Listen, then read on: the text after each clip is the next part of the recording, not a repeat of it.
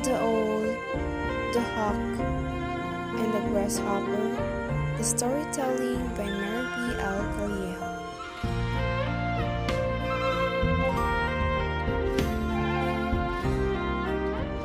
Good evening, everyone. The title of the story is all about the owl, the hawk, and the grasshopper. The owl is always take her sleep during the day.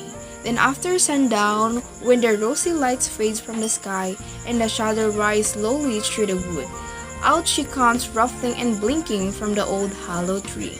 Now, her word hoo-hoo, hoo-hoo echoes through the quiet wood, and she begins her hunt from the bugs and beetles, frogs and mice she likes so well to eat.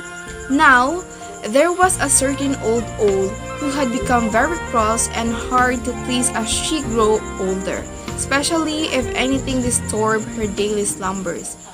One warm summer afternoon, as she dozed away in her den in the old oak tree, as a grasshopper nearby began a joyous but very harassing song. While there's also a hawk roaming around looking for his prey. "Get away from her, sir," she said to the grasshopper. "Have you no manners? You should at least respect my age and leave me to sleep in quiet." But the grasshopper answered saucily that he had as much the right to his place in the sun as the owl had to her place in the old oak. The hawk also didn't listen to the owl as they continued to rhyme a tone. The grasshopper then struck up a louder and still more rasping tone. The wise old owl knew quite well that it would do no good to argue with the grasshopper, nor with the hawk flying around for that matter. Besides, her eyes were not sharp enough by the day to permit her to punish Grasshopper. She laid aside all the hard words and spoke very kindly to him.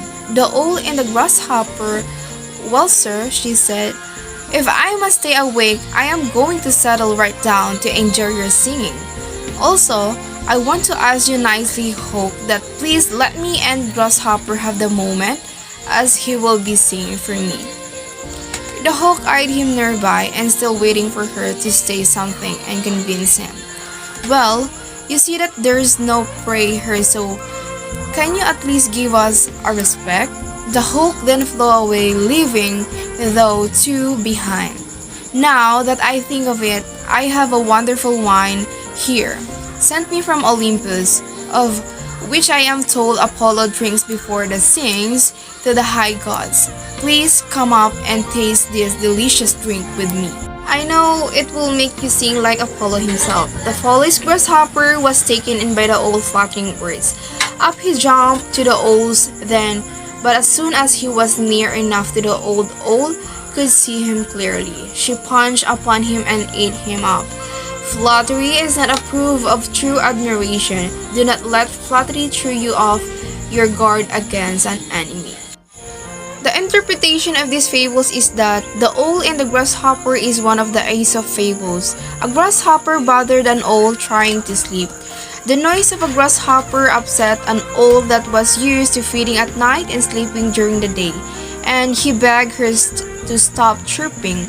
The grasshopper refused to give up, chirping louder and louder as the owl pleaded with him. A grasshopper woke up an owl who was trying to sleep. The grasshopper grew louder more than owl protested. The dilemma was addressed and the grasshopper was devoured.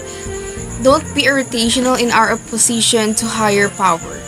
The anecdote tells us not to be fooled by flattery while dealing with an adversary. And also, we have no right to be impolite to another to point of extremism. Always be wary of praise from someone you don't like. The grasshopper was stopped by the owl, and he died as a result. As a result of these old nice words, he was taken aback. Therefore,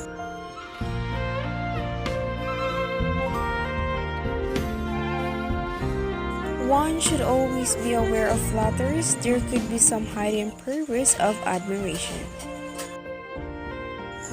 Thank you for your watching.